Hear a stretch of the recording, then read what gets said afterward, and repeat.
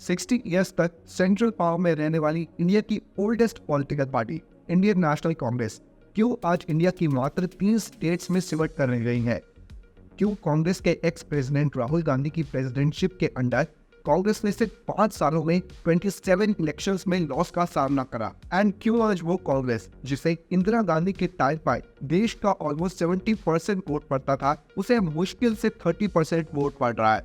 इन सब क्वेश्चंस के आंसर्स आज आपको इस वीडियो में मिल जाएंगे, because I will tell you today कि why Congress is failing and why people don't trust it as much as they did earlier. मार्च 2024 में केरला के एक्स चीफ मिनिस्टर की बेटी पद्मजा वेणुगोपाल ने कांग्रेस छोड़कर बीजेपी ज्वाइन कर ली। उनका रीजन ये था कि कांग्रेस के अंदर अब कोई स्ट्रॉन्ग लीडर नहीं बचा है। उन्होंने बताया कि जब वो दिल्ली में कांग्रेस हेडक्वार्टर्स गई तो उन्हें पता चला कि सोनिया गांधी अब किसी से मीटिंग नहीं करती, राहुल गांधी के पास टाइम नहीं है और पार्टी के सीनियर लीडर्स पार्टी को छोड़ चुके हैं। इसीलिए she decided to quit Congress party. Similarly Pranab Mukherjee जो इंडिया के एक्स प्रेसिडेंट थे, उन्होंने अपनी लास्ट बुक में ये मेंशन किया था कि कांग्रेस ये समझने में फेल हो गई कि उसकी कैरिस्मेटिक लीडरशिप का एंड हो गया है। जहाँ एक टाइम पर कांग्रेस में पंडित नेहरू जैसे टॉल लीडर्स हुआ करते थे, वहीं आज के टाइम पर ऐसे लीडर्स नहीं बचे हैं एंड इसीलिए कांग्रेस एक एवरेज पॉलिटिकल पार्टी बन चुकी है। इसके अलावा गौरव वल्लभ जो कांग्रेस के नेशनल स्पोक्स पर्सन थे, उन्होंने रिसेंटली कांग्रेस को रिजाइन करके बीजेपी को ज्वाइन करा है। उनका रीजन ये था कि वो एंटी सनातन स्लोगन्स नहीं लगा सकते एंड कांग्रेस एकदम डायरेक्शन लेस हो चुकी है, जिसमें रहना उनके लिए अब कंफर्टेबल नहीं रहा। एंड सिर्फ यही नहीं, ऐसे कई एग्जाम्पल्स हैं ऐसे फेमस पॉलिटिशियंस के जो कांग्रेस की लीडरशिप से परेशान होकर दूसरी पार्टीज में शामिल हुए हैं। Jyotiraditya Scindia, RPN Singh, Milind Deora, Kapil Sibal, captain Amarinder Singh, the list goes on and on. आज की डेट में कांग्रेस के पास स्ट्रॉन्ग और डिसाइसिव लीडरशिप बिल्कुल नहीं है। एक स्ट्रॉन्ग लीडरशिप के रोल के लिए राहुल गांधी को कांग्रेस का प्रेसिडेंट बनाया गया था, बट ये ट्रिक भी कांग्रेस के काम नहीं आई। बैक टू बैक इलेक्शंस में हार के बाद राहुल गांधी ने खुद ही पार्टी की ये पोजीशन छोड़ दी। इसी स्ट्रॉन्ग लीडरशिप की एब्सेंस की वजह से आज की डेट में कांग्रेस पार्टी में एक लीडरशिप वैक्यूम क्रिएट हो चुका है, जिसकी वजह से इंटरनल डिविजन्स क्रिएट होते हैं and the party is left out with no proper vision and without a proper plan to execute the actions. ये पार्टी अपने वोटर्स का कॉन्फिडेंस लूज करती जा रही है। इनफैक्ट कांग्रेस को क्विट करने वाले सभी पॉलिटिशियंस की बात को सुना जाए तो they all have a common point, and that is that Congress lacks vision, proper plan, and proper strategy to move forward. Second point है no grassroots support. कांग्रेस के पास बीजेपी के आरएसएस जैसा ग्रास रूट लेवल पर काम करने वाला कोई भी ऑर्गेनाइजेशन नहीं है।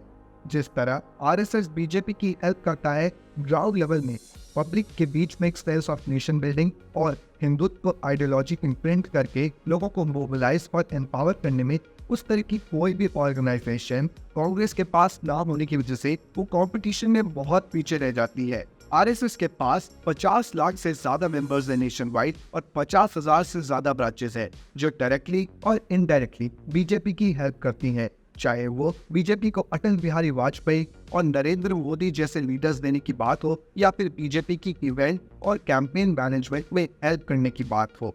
आरएसएस हमेशा बीजेपी के साथ खड़ी रहती है। इनफैक्ट 2022 के यूपी इलेक्शंस में तो आरएसएस ने बीजेपी के लिए डोर टू डोर कैंपेनिंग भी करी, जहां उन्होंने गवर्नमेंट के डेवलपमेंट वर्क्स के बारे में पब्लिक को बताया और बीजेपी के लिए एक्सटेंसिव वोट्स लाने में बहुत मदद करी।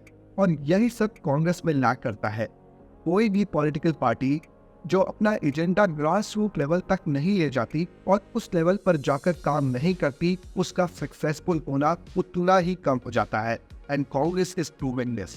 थर्ड पॉइंट है failure to adapt changing political landscape. देखिए, आज के टाइम पर इंडिया में एक ह्यूज हिंदुत्व वेव है, खासकर नदन रीजन में।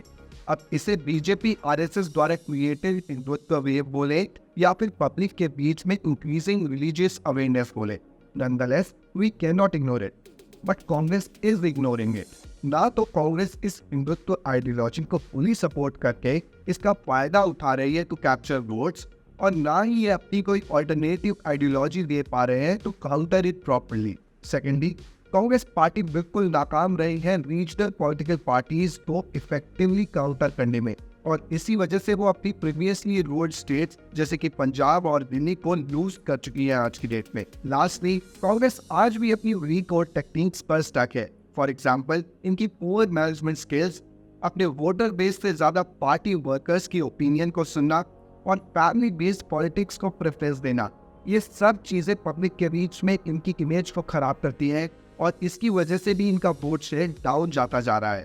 वैसे तो अभी बहुत सारे पॉइंट्स हैं कांग्रेस के इस डाउनफॉल के जिम्मेदार, जैसे कांग्रेस पार्टी पर लगे करप्शन के एलिगेशंस, पार्टी के अंदर हो रही इंटरनल कॉन्फ्लिक्ट्स, फंडिंग इश्यूज और भी बहुत कुछ, पर वो सब किसी और वीडियो में। आई होप कि इस छोटी सी वीडियो से आपको एक सिंपल और ब्रॉड आइडिया मिला होगा कि why is Congress winning, and जरूर कुछ ना कुछ वैल्यू आप इस वीडियो से लेकर जाएंगे। तो if you found this video useful, please consider subscribing to our channel first.